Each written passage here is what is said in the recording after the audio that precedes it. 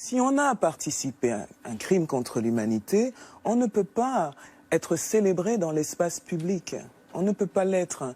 Mais quand vous en prenez à Charles de Gaulle, est-ce que vous ne poussez pas le bouchon un petit peu loin? Écoutez, moi je vois Charles de Gaulle avec mon regard d'Africaine. Hein. Oui. Donc la France peut tout à fait décider de le considérer comme un héros. Ah oui, la France libre. Voilà, la France peut considérer... Oui, la France libre dont la capitale était Brazzaville peut tout à fait donc décider de le considérer comme un héros.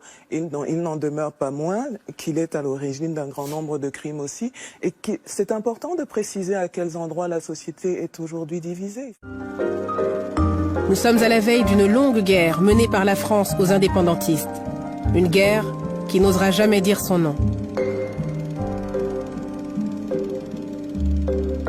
Un demi-siècle plus tard, cette guerre de libération perdue, au bilan lourd de plusieurs dizaines de milliers de victimes, demeure cachée, sans images et partiellement classée secret défense, puisqu'officiellement, il ne s'est rien passé au Cameroun.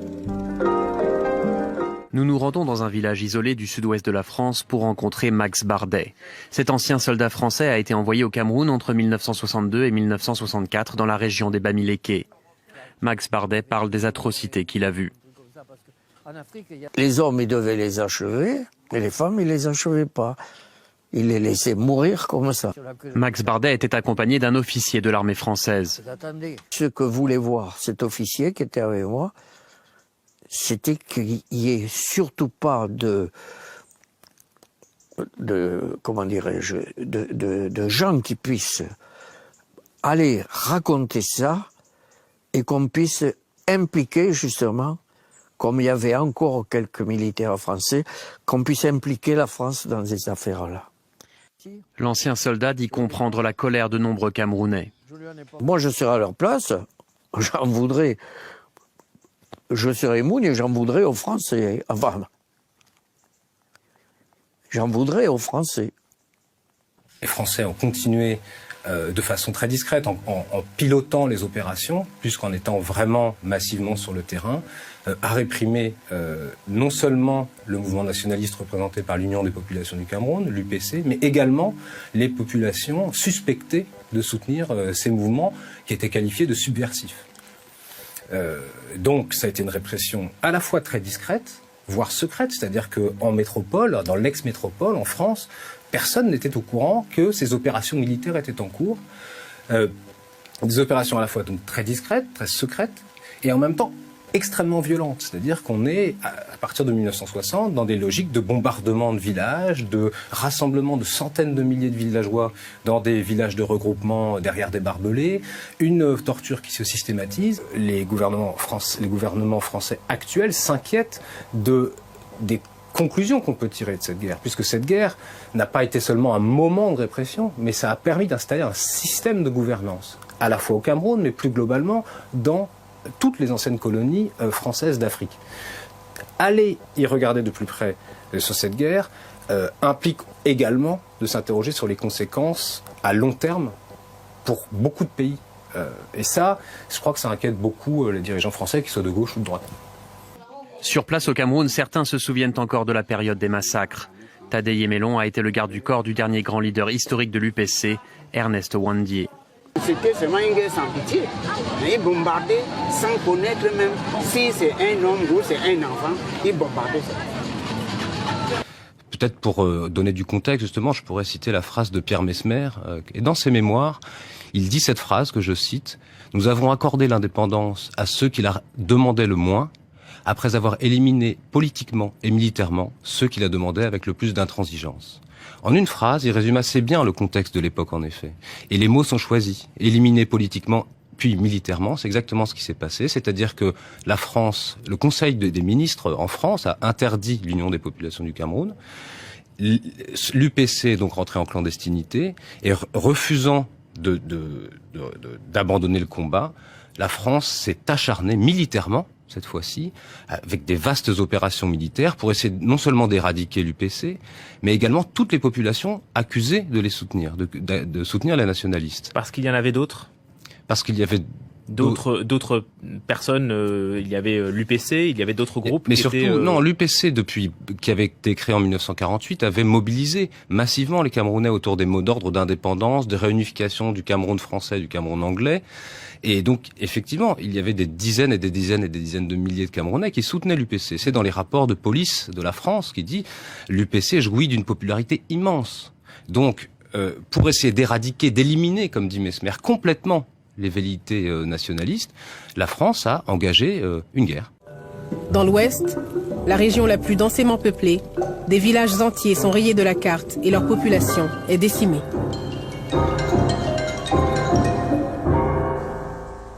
Même après l'indépendance, même après 60, ils ont toujours bombardé. Mais les bombes, c'était presque tous les jours. Pas aux mêmes endroits. On pouvait déverser à Bamenjou aujourd'hui, demain c'est à Bouddha, après-demain c'est à Bangou. C'est comme ça. Là où c'est dur, ils ne déversaient pas pour rien. C'est là où la guerre chauffait, ils viennent déverser.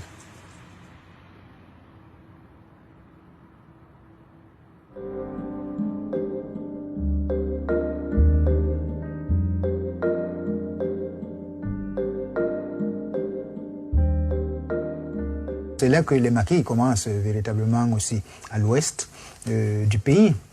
Et donc jusqu'en 1960 à peu près, l'action armée se développe largement ici à l'ouest, mais est programmé aussi l'assassinat de Moumié, en même temps que l'assassinat de Patrice Lumumba.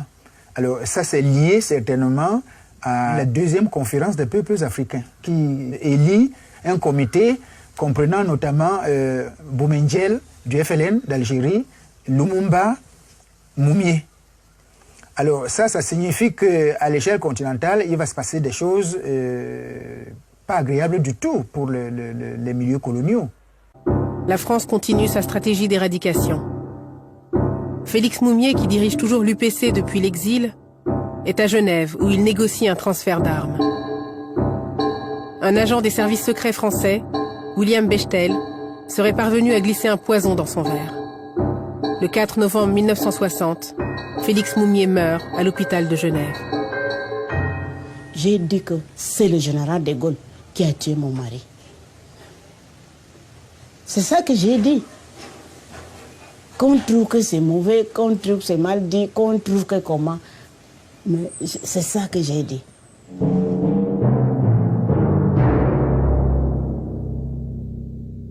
On a toute une série d'opérations qui vont du ratissage et du bouclage dans les années 60, en 1960, février 60, mars 60, mars 60 encore une fois, avec des noms comme Charlie, Echo, Épervier, Martinet, Gold, Juliette, etc. Il y a des opérations tant terrestres que par aviation. Le napalm a été utilisé au Cameroun. Le napalm a été utilisé au Cameroun, même s'il y a certains démentis pour la forme. Monsieur Mesmer ne pourra pas faire un démenti sérieux à ce sujet. Donc vous avez entendu parler de napalm? Oui, c'est pas important.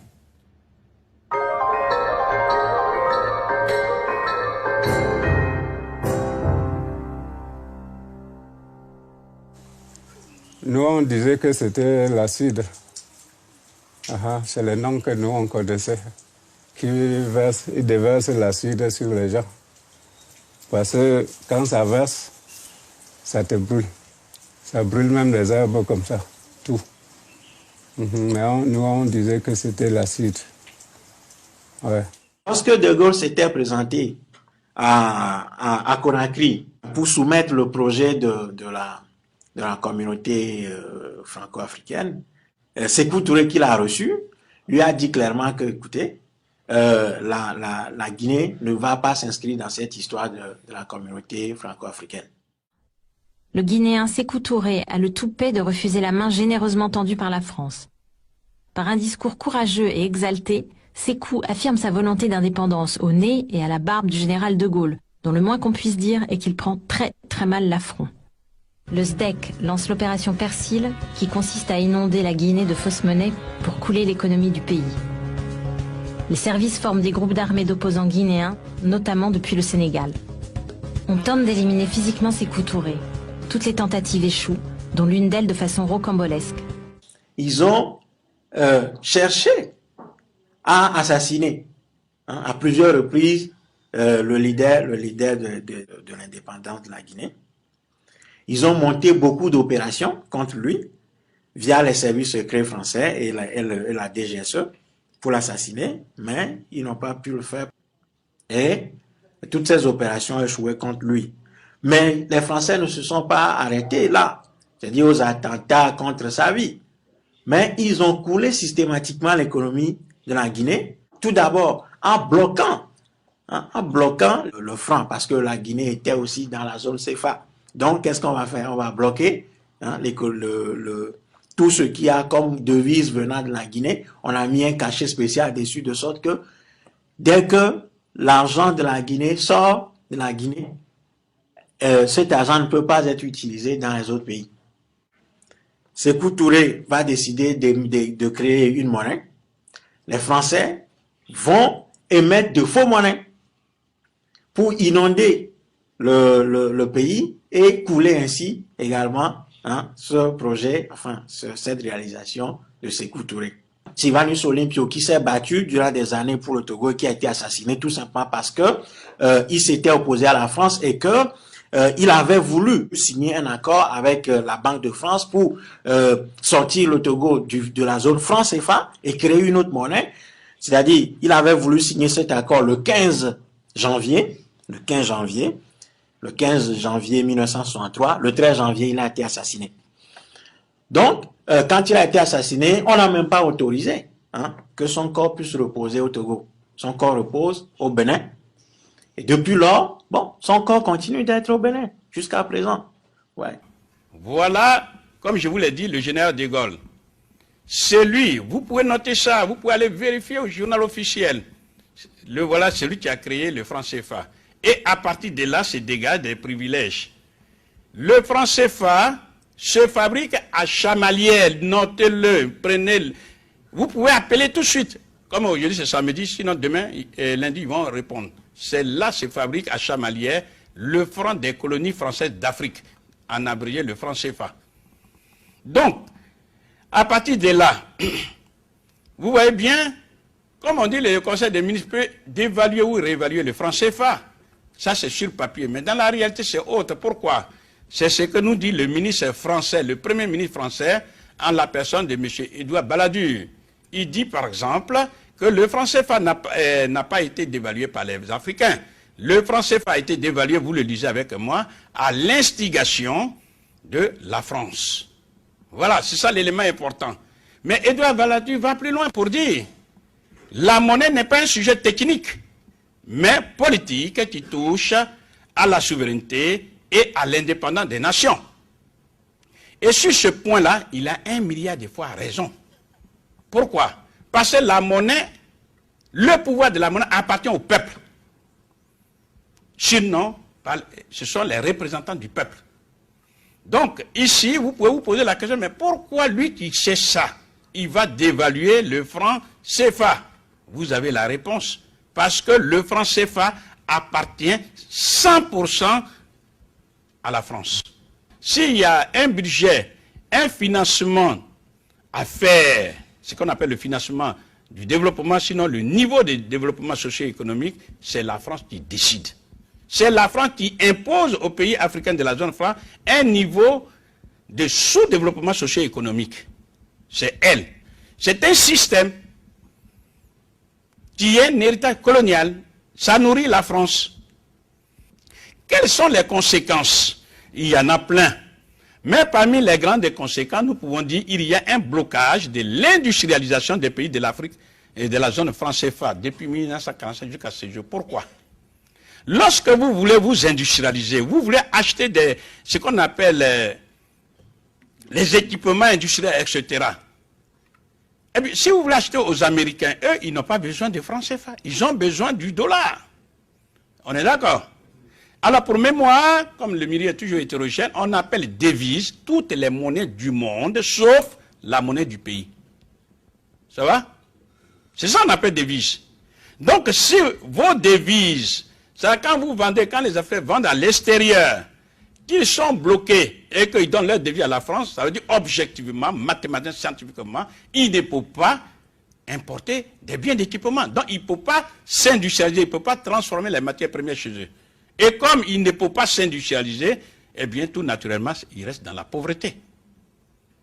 Qu'est-ce que faisait les nazis? Il dit, vous, la France, apportez-nous les biens dont nous avons besoin. Et en contrepartie, on crédite votre camp, on met un signe plus. Voilà ce que nous dit M. Jean Boissonnat, brillant et journaliste, mais il n'est pas cité ici en tant que tel. Il est cité parce qu'il est membre du comité monétaire de la Banque de France. Et regardez ce qu'il dit. Il dit, la zone franc a permis à la France de se fournir en certaines matières premières sans débourser de devises. Ça dit, ne paye pas. Pour mémoire, lorsque le Ghana va à la France est obligée de puiser dans ses réserves des devises pour payer le Ghana. Si la France veut achète des biens, par exemple, au Nigeria, ou du moins à tous les autres pays du monde qui ne sont pas membres de la zone franc, elle prend les devises et elle les paye. En ce qui concerne les 15 pays d'Afrique francophones de la zone franc CFA, sans débourser de devises. Elle prend seulement son signe plus, elle les crédite. Voilà le système. Et je lui dis, bah oui, mais depuis que l'Afrique est libre, il n'y a plus de colonies en Afrique. Vous m'avez dit non. Il y a toujours. Et la colonisation n'est plus là, mais elle est toujours. Elle est là. Elle est là. Elle est dans la tête, mais elle est aussi économique. Elle est largement économique. Il suffit de penser au système du CFA qui est un racket d'une... S'il n'y avait plus de CFA, moi je ne suis pas sûre que la France elle ferait ça quand elle se tiendra en Afrique. Il faudrait peut-être que les Français dits de souche qui nous mettent sur des strapontins identitaires et qui nous disent que nos nationalités françaises sont des nationalités élastiques et puis on peut nous l'enlever, etc. Et qui disent à nos enfants qu'ils ne sont pas tout à fait d'ici, qu'ils les violentent sans cesse. Il faudrait peut-être leur dire que si l'Afrique arrêtait de nourrir la France, elle ferait moins le malin. Moi, je dis, elle emprunterait de l'argent à la Grèce, la Grèce actuelle. Et alors, moi, j'aimerais avoir votre avis sur ce qu'on appelle le grand homme, puisque c'est la grande référence politique française. Tout le monde se réclame de De Gaulle, on est tous gaullistes. C'est souvent ce que les hommes politiques... En tout cas, certains hommes politiques... voilà. Et moi, j'aimerais connaître votre réaction. Comment vous voyez ce personnage ? Je vais être un peu iconoclaste, je pense. Vous pouvez. Déjà, je reviens quand j'étais petite. Je me suis toujours demandé pourquoi on chantait les louanges d'un monsieur qui n'était pas sur le front de la guerre. C'est très personnel. Je me disais pourquoi le général de Gaulle et pas le général Leclerc, puisqu'on me disait que le général Leclerc, lui, il avait été au combat. Donc je ne comprenais pas trop. On m'a dit qu'il a fait de la résistance depuis l'Angleterre. Bon. Nous savons que le général de Gaulle, qui est une figure tutélaire ici, qui a certainement des qualités, et qui est grand au moins par la taille. Oui. Le général de Gaulle, qui donc se battait contre une occupation, n'avait aucun scrupule à occuper ailleurs. Donc, je ne peux pas avoir une admiration pour quelqu'un qui méprisait autant les miens. Je ne peux pas.